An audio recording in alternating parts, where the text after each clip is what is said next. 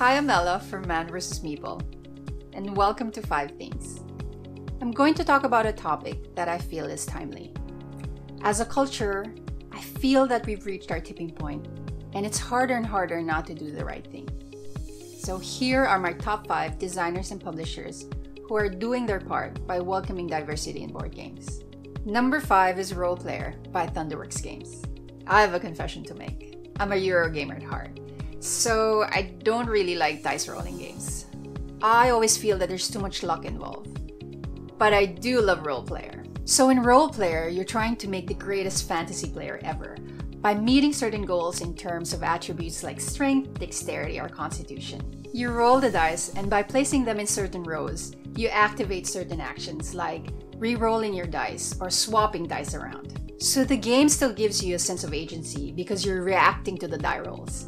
And I feel that's really crunchy and I love it. On top of that, they provided a solution to the problem of accessibility to female players. They decided to make two-sided player boards, which is amazing because now you can play with a female or male version of the character. And if you inspect the player boards, there's no big difference in the way they're dressed, which is great because I feel in some games it's clothing optional for women. Sometimes they can be lucky and have a piece of floss strategically placed.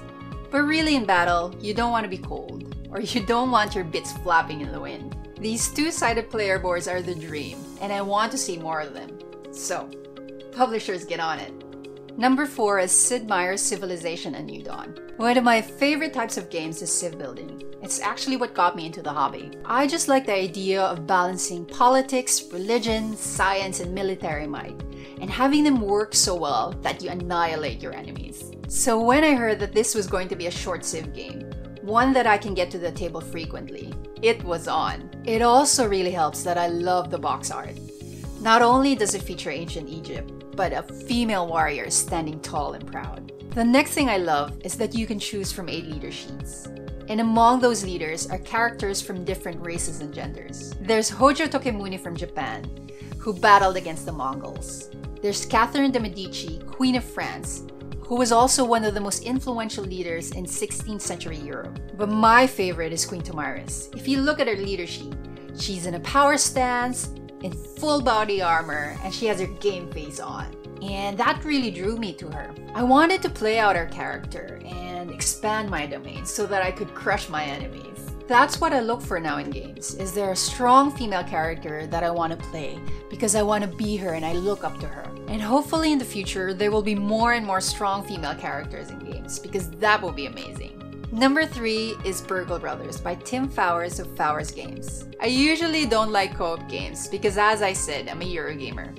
And my idea of a great game is I'm here and you're there and we're doing our thing and we only talk at the end of the game to score. But I made an exception for Burgle Brothers because I like the idea of a heist game where you play out an elite crew of characters who hack into computers, switch off alarms, get loot, and get out safely. I actually bring this game to play with my students because I like the diverse array of characters. Not only that, but the female characters are portrayed in non-stereotypical ways. Because who says female characters can't be badass anti-heroes? Number 2 is Dead of Winter: The Long Night by Plaid Hat Games. Dead of Winter: The Long Night is one of the few thematic games I really like.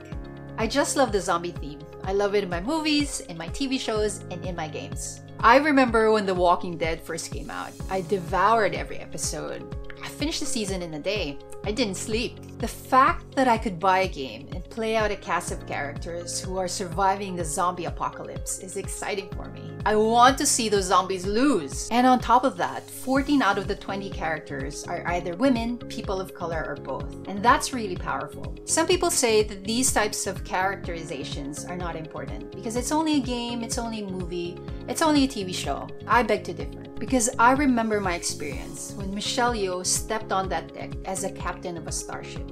It blew my mind because you don't see a lot of people who look like me playing those types of roles. And I can only imagine what it would have been like if I saw that as a little girl. You can never underestimate the power of representation, and we should celebrate it when it's present in our games.